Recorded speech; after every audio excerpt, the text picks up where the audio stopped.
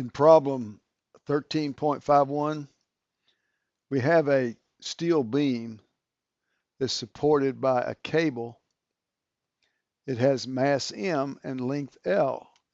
And when disturbed, it'll go through an oscillatory motion. If we have two workers who jump onto this beam simultaneously at some instant, they both have mass M, that'll cause the vibrational frequency to change.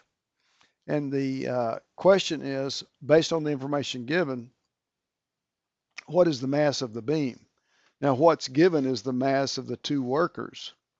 And the fact that when they jump on the beam, the vibrational frequency will change by 21% of the original value. So basically, the frequency that you start with minus the frequency that you finish with divided by the frequency that you start with is 0.21. Now, these are the angular frequencies, okay?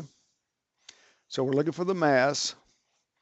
And the two frequencies are going to be determined by the torsion constant, which is the same for both, but it'll depend on their moments of inertia.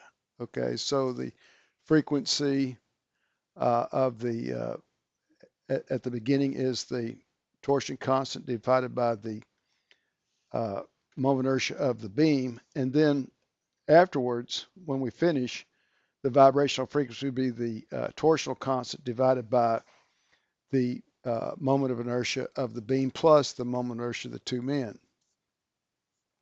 So the moment of inertia that we start with is just 1/12 the mass of the beam, length of the beam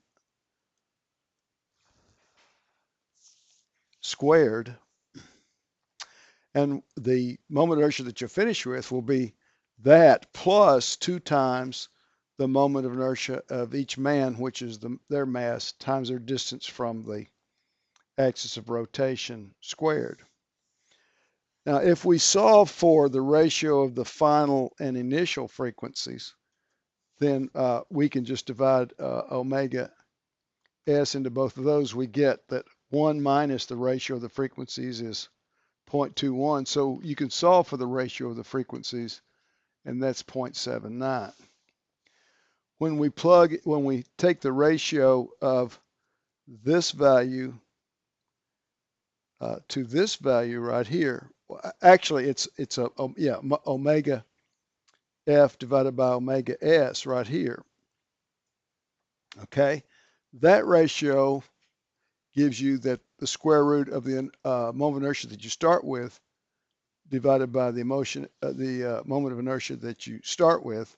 That'll be the ratio of the two frequencies.